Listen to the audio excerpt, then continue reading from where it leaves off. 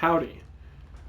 This is the second video in the series I'm doing of high-end investment builds on Warframes. The max potential you can possibly get on them, or at least that I can achieve.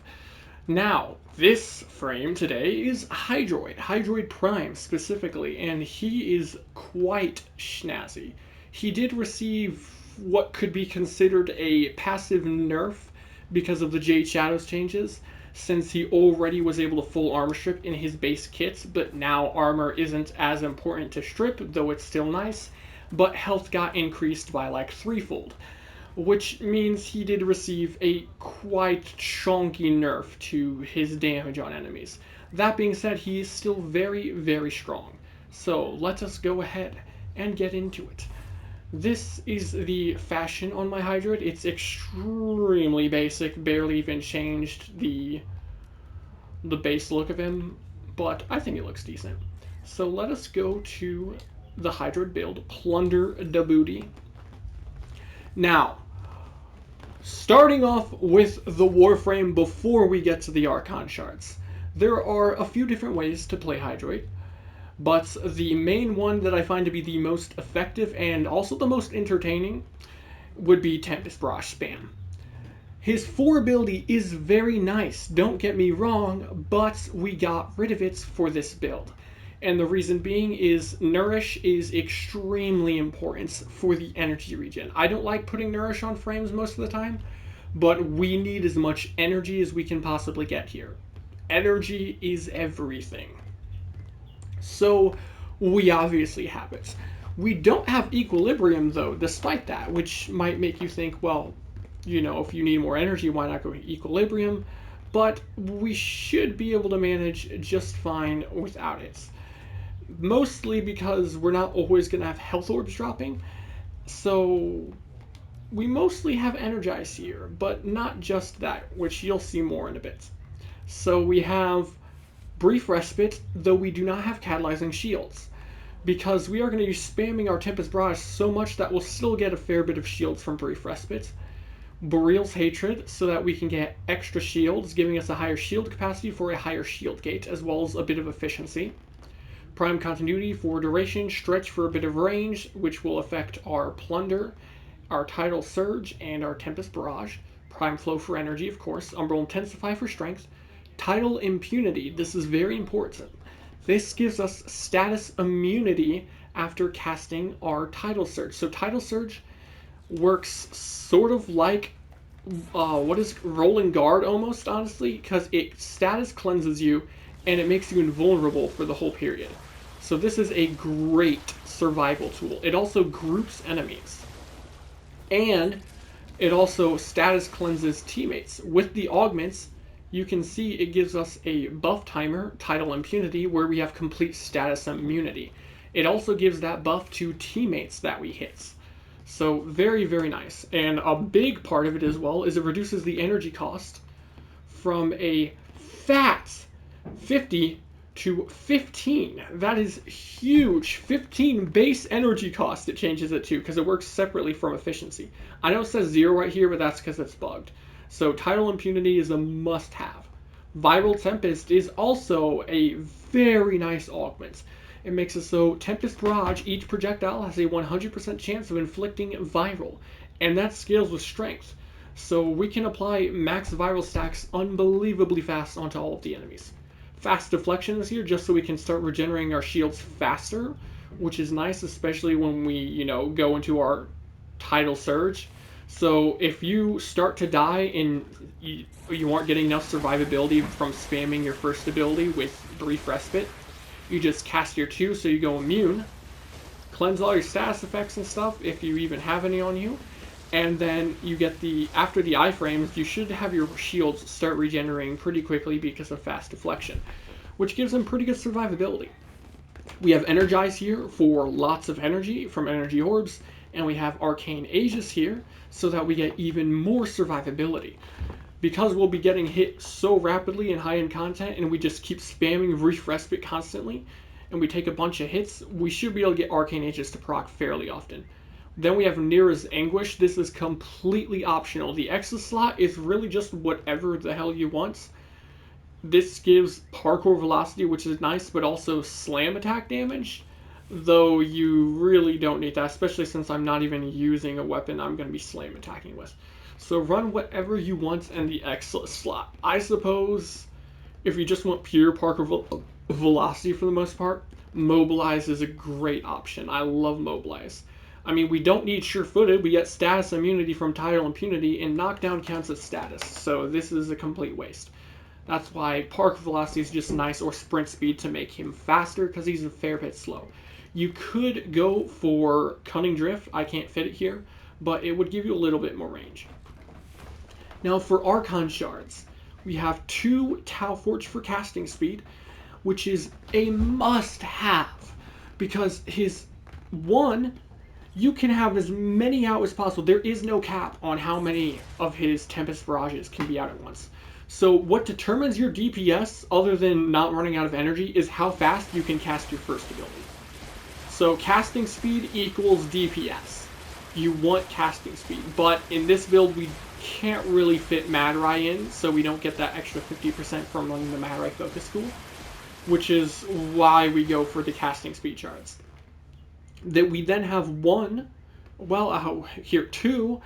Tau Forged Emerald Shards for 15% ability damage on enemies affected by Corrosive, which obviously we apply Corrosive with Tempest Barrage.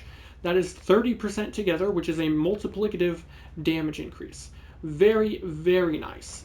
That on top of Plunder, which gives us the max corrosive damage, it works similarly to modded corrosive onto your weapons, but it also increases the damage of your Tempest Barrage, which is multiplicative to it. So that is a lot of Tempest Barrage damage. Lastly, we have Tau Forged for Amber Archon Shard for effectiveness on energy orbs. This will give us more energy, which then scales even higher because of Nourish, which also works with Zenrik, because we're running Zenrik. Zenrik gives us a free ability cast from Inner Might that's completely irrelevant, doesn't even matter. The main thing is we get Energy Pulse and Wellspring. Wellspring makes it so when we create the ability, we get 5 energy per second for 30 seconds, which is pretty huge. And that 5 energy per second scales with Nourish. So if we have enough strength for like 2 times energy, we then get 10 energy per second. Energy Pulse makes it so energy pickups grant 50% additional energy over 5 seconds. So if you pick up an energy orb and it gives you 25 energy, you then get 12.5 energy over the next 5 seconds, so 2.5 energy per second for 5 seconds. This doesn't just scale with Nourish. It scales with Archon Shards for effectiveness on energy orbs. So if I get 75% more on the energy orb, that means the energy orb is going to go up to, 43 energy or something like that? So then I will get like 21.5 energy over 5 seconds from Zenrik. So it's multiplicative, as well as with Nourish. So we get lots of energy between this, Nourish, and Zenrik. This does make a huge difference.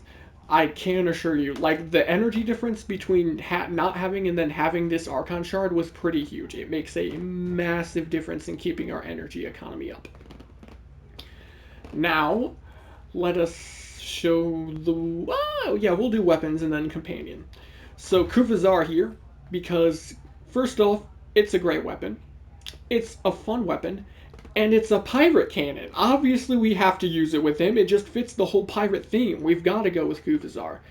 Now, Zar, like many explosive weapons, does struggle in high-end content because its damage doesn't keep up, which is why usually you want to use an explosive weapon in endgame stuff with a weapon buffing frame. But we don't really need to worry about that because we are going to get lots of viral everywhere and full armor strip on everything from our Tempest Barrage. So we'll have plenty of damage on our Kufazar. And it also helps that Blast got buffed to be pretty crazy, so we can proc lots of Blast explosions with the Zar. So, wait a second, I have a 25% heat progenitor. That's like the lowest you can get, so definitely try to get a 60% progenitor. But I would go for cold or heat just to go for pure blast on the weapon, or at least in this build. Amalgam Serration for flat damage, of course, or base damage. Galvanized Chamber for multi-shot, Primed Firestorm for bigger explosions, Vital Sense for crit damage, Critical Delay for crit chance. We don't have something to increase fire rate, but I don't feel like the fire rate is that bad even with critical delay. Rhyme rounds, Thermite rounds, so we get more blast damage as well as status chance, and Prime Cryo rounds for even higher damage from our blast damage. Rifle ammo mutation, so that we have less ammo issues. If you have, this is, I know I said as optimized as possible, but I don't have ammo problems. That being said, if you had ammo problems, I believe there's a primed rifle ammo mutation. That's not going to make that much of a difference in the build almost at all. But if you somehow had ammo problems, even though you're going to be one-shotting most stuff anyways, that could help. Oh wait, yeah, Prime Merciless as well. This gives reload speed, which is very nice here, and then the more kills we get, the more damage we get as well. We then have Dual Toxicist. This, you can really run whatever secondary weapon you want. I mean, most of our damage is going to be coming from our Tempest Barrage. So our gun is really just here to kill chonky dudes that don't take high ability damage, such as Acolytes. And I feel like the Dual Toxicist takes care of Acolytes really, really well. I've used it even up to level cap. Even level cap Acolytes get pulverized by Dual Toxicist in Karnan. So it works quite well here. We don't want a corrosive build like it shows, or like I have right here, because we're able to gain corrosive from our Hydroid, which is why instead I would recommend a blast build. Where did my blast build go? I'm actually so confused. Well, apparently it's gone. Let's fix that real quick. So if you're going to have a blast build, I would go for something similar to this, except then we remove Pestilence, Convulsion, and then just put on Prime Key to charge, and where is Frostbite? Now we have Blast. We're still going to get Toxin as well for some DOT damage from the Frenzy. So we have Blast and Toxin. We still want the Punch Through because, you know, Punch Through is insane on Dual Toxicist. And Galvanized Crosshairs for lots of extra crit chance. And Secondary Deadhead as well, so that we can get lots of headshot damage. The Exilis is completely irrelevant. I just have Suppress for when I use Ivara. There's really no other Exilis mods that matter on this weapon. The melee is also completely up to you. All the weapons are really up to you, because the main thing you're doing with Hydra is just spamming Tempest Barrage.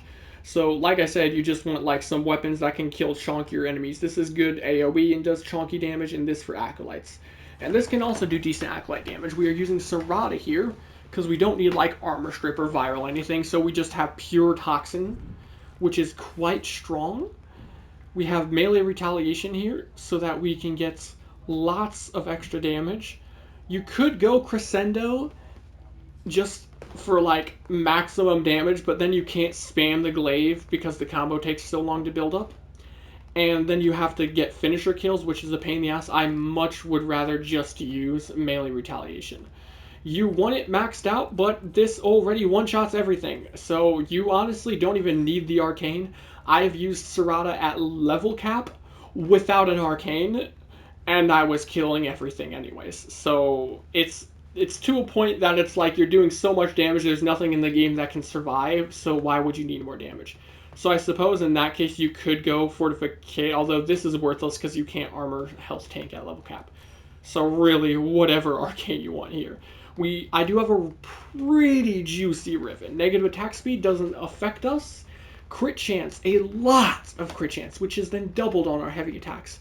And 41.1 initial combo, which is just barely more than we need to have a 3x combo at base. Volatile quick return for bigger explosions. We have Sacrificial Pressure and Sacrificial Steel here, so we get an even more crit chance, which is also, again, doubled on our heavy attacks, as well as base damage from Sacrificial Pressure. Prime Fever Strike for big PP Toxin damage. Killing Blow for faster heavy attacks and more damage. We have Amalgam Organ Shatter for more crit damage and faster heavy attacks, right? Because heavy attack speed, or heavy attack windup speed, affects how fast you throw the weapon. And then lastly is Melee Elementalist, so that we get the status damage, which is multiplicative here, and even faster heavy attack windup speed. This is not really needed. You can run something else if you want, like, here. I don't even remember what I had on here before. It might have been Gladiator Might, I suppose. You could go for more crit damage or something here, and then you slap on Dispatch Overdrive for the extra movement speed. It's not needed. The only reason I had rifle or melee elementalist here is just so you have like a 1/10 of a second faster charge up on your glaive, but it really doesn't matter. So either, go that or just switch Gladiator Might out for Elementalist. Do whichever you feel you prefer. I already went over the focus school, of course, is Zenric. Now we go to our companion. Unranked, I know it doesn't matter though because I'm Master Rank 30. We have Shade Prime. Now, Shade is here because Shade has a very juicy thing called Ghost. Cloak's owner, when enemies are within 24 meters, the cloak is disrupted if the owner attacks. This does not count for abilities, meaning as long as we just spam abilities, if we don't need to use our gun yet, and we just spam abilities, we're always invis for even more survivability. This will break, though, if there is no enemy within 24 meters, right? Like, once you get in 24 meters, it will do it, but then if you kill all the enemies or there's no more enemies within 24 meters, it breaks and you have to wait for it to cast again. Guardian, to give our shields back if we need it for more survivability. Manifold Bond, so that we can have Ghost and Guardian spam faster. Momentous Bond, so that killing Xmas makes our guy come back super fast, right? Takes 18 seconds off of our companion's respawn time. Tenacious Bond, just for a bit of extra crit damage here, because we don't need our Shade to prime stuff, because we're already applying Viral and Corrosive everywhere anyways. Calculated Redirection for bigger shield gates. Accelerated Deflection, hits shields back faster. Prime Regen, of course. Vacuum, typical stuff. And Sacrifice, this is optional, but I like it because it makes it so if we go down, our Sentinel can just kill itself to bring us back up. Then we have Volklock here, which is purely just a Vigilante stat stick, as you can see, so we can have bigger crits on our Czar. And then Point Strike, so we have the 50% or higher crit chance to proc Tenacious Bond for higher crit damage. And that is the entire build. Now, your operator, completely irrelevant. You can run whatever operator weapons or arcanes you want, except for... Wait, what is it? Am I even casting it right? So there's an arcane that you want to use if you are struggling on energy. I know I just said that you can... Oh yeah, I said whatever weapon you want to run. So let me see. Challenges, abilities, melee combos, arsenal.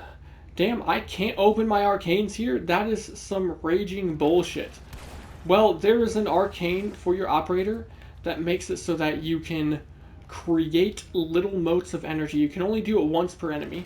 It's called Emergence Dissipate, I believe. And it makes it so you Void Dash and then cancel it with R2. And you see these little motes, these little void motes, they give you energy. Every one of them gives you 10 energy, and that 10 energy also scales with Nourish. So you can create lots and lots of energy this way. So if you're somehow struggling on energy, I mean, look, actually you can create multiple from the same. Look at that, they're freaking everywhere. So that's gonna make it so you really have no energy problems. You always want to keep Plunder up, so you get all the extra damage, and look, we're invis, because Shade is the bee's knees. Cast this, pull Plunder, and then just keep spamming our Tempest Barrage until everything is dead. It is very, very beautiful. And we're pretty much never gonna die. Our invis broke because everything's dead now. Look at that. Look at how beautiful this is. And this will also help your teammates a ton. Other than your teammates being blind, they might be mad at you for that. They'll love you that everything is fully armor stripped and max viral stacks at all times. It's beautiful. And then for energy wise, like here, look at this. You can see we go through energy really, really fast. But as soon as we say cast Nourish, here, let me re-spam all of this again. We have Nourish active now. I'm gonna reset these enemies. First off, you always want to have this active, always, for the extra energy. Shabam, look at that. We got some pretty decent energy regen, but that's before we even pick up an energy orb. And if we were to, you know, just do this emergence dissipate stuff and we pick it all up, look at all of that energy. 280 energy we just got. So as long as you manage your energy, you should have no problems. Now, that is pretty much everything about the Hydra build. So we are going to go into combat to show it off now. What I did in the last video, what I'm going to do in this video, and what I will likely do in all of these videos, or at least most of them, unless there's a better mission to show off a specific build, is a solo Netracell. I know Netracells aren't particularly difficult, or at least not for a lot of people, but it is the easiest thing to go into. That's not going to take me 5 hours to get to high level enemies. So let me make sure we are on solo. Yes, we are. Now we simply enter the anchor hold. It is time! And since, you know, normally if you go down and you're clapped in a Netracell, well, that's not really a problem because our Sentinel can just kill itself to revive us, and our Sentinel will respawn after we get like 2 Xmas kills, and you know, Xmas spawn everywhere. This is a pain in the ass though. Lose 2 energy per second for each enemy within 10 meters. That is a pain in the ass buff to deal with. Or not buff, debuff. But we can make use of... Oh, this one's rough. Activating ability inflicts 50 damage upon you. That... Ooh, that one's actually going to screw us over. We may need to exit Sanctum on time. You know what? Fuck it. We'll just do it with this one. Now, obviously, you aren't always going to have that, but the reason that's a problem is, well, you know, we're spamming our abilities like crazy. So taking 50 damage, which bypasses our shields, by the way, goes straight to health, that tends to get you killed. Outside of that, like, one buff, you really shouldn't have problems dying with this Hydroid build, and you shouldn't have any problems killing anything with this Hydroid build either. Damn, 800 meters away? That is a very, very far distance. It's yowzers. Everything in this Hydroid build, other than the weapons, of course, are pretty necessary to really bring it together. Like the Archon shards, you really, really need the 2 for casting speed and the 1 for energy. I would not recommend trying to make this build work without it, unless you can like sacrifice range for like stretch for equilibrium, but that's not really worth it. The 2 green ones for damage aren't needed, but it does help a lot in increasing your DPS. So I would still recommend that. If you had a teammate, such as, say, a Hildren using Voracious Metastasis, and you could completely forego energy, I would recommend going Blind Rage for higher strength somewhere in your build. And then you could also forego, what is it, Nourish? Yeah, you could get rid of Nourish. Well, actually, I would stick with Nourish because it also affects Voracious Metastasis, just to make sure your energy comes back really fast. But you could forego Arcane Energize, you could switch from Zenrik to Madrai, then you could go with 1 less Casting Speed Shard, and then you could have, and you wouldn't need the yellow for energy on energy orb pickups. You could then go 4 green for ability damage on enemies affected by corrosive for 60% more damage on your Tempest Barrage. But that is, again, assuming you have a teammate giving you an ungodly amount of energy, because you will need an ungodly amount of energy. That being said, I know some people do have friends. They have friends that are willing to play Hildren, perhaps, so that they can have lots of energy. I do that with my friend Chode sometimes. I get on my Hildren and I just give him infinite energy.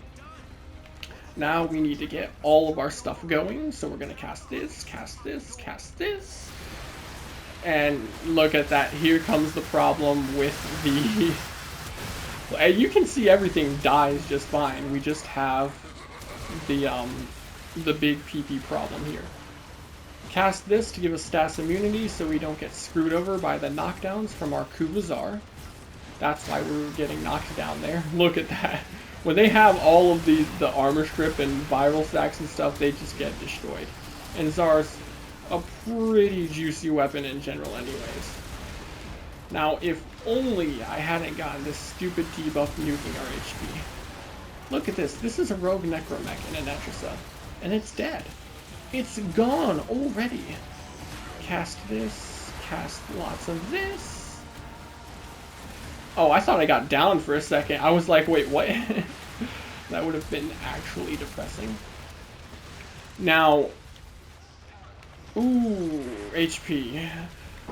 We don't need priming in this build, like I said earlier, but in this case, it would be so nice to have a Diriga with Hellstrom with Synth Deconstruct just so we could get lots of HP orbs to fix our no HP problem, or have something for HP, but we'll manage just fine without it. Where are you? There you are. He dead. Yeah, and we should not have any Zar ammo issues, like I said at when I was talking about Zar earlier in the video, because everything dies in like one Zar shot for the most part, outside the Rogue Necromech, which only took like freaking 6. But other than that, you know, everything's just gonna get killed. Grab all this. We got a really, really good spawn area this time, as opposed to the Valkyrie video where it was horrible spawns for the Netracell. This is going to be a fast Netracell because we got such a good area for the circle to be in. Oh my god! Look at the damage everywhere. Look at the power. I think the game mode Hydroid shines in the most, more than anything else, is the circuit. Steel Path circuits in Devuri with a Hydroid, oh my god, it's beautiful because you can just really spam the crap out of your abilities there.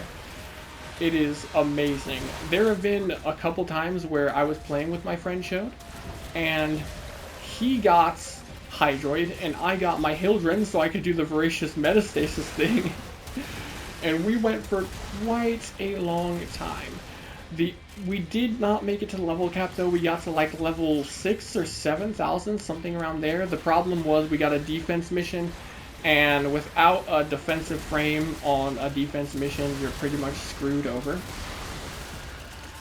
Now, I know we're not invisible constantly because we're shooting, but if we were in a mission where we could actually spam just our abilities, we wouldn't have to worry about that.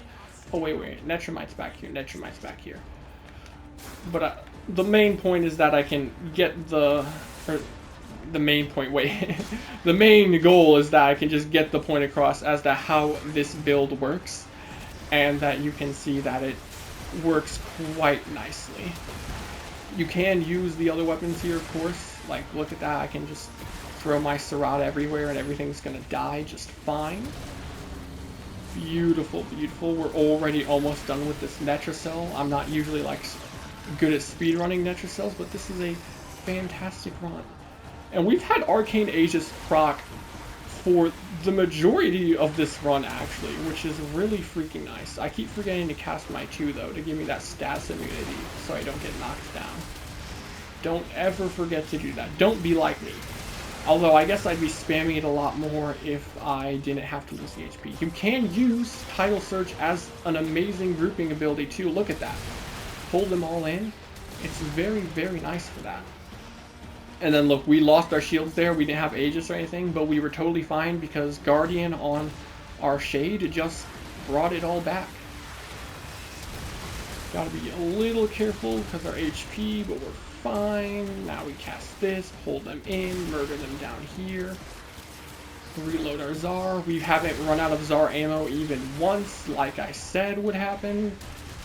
See, you just gotta trust. You just have to believe. Literally one more enemy, there we go. Our Tempest Barrage got the last kill, as it should. I think it's pretty obvious that this is a very, very juicy build. Hydroid is a very strong frame despite the unfortunate passive nerf that he got due to the health and armor changes.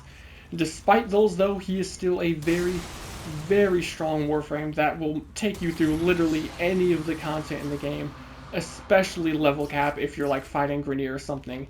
Being able to have just constant full armor strip, max viral procs on everything, everywhere, all the time while they're taking a crap ton of damage from just giant bursts of water from the sky, it's quite snazzy. And then you get total status immunity, you can give your teammates status immunity, you can get iframes when you're doing it, you can group enemies.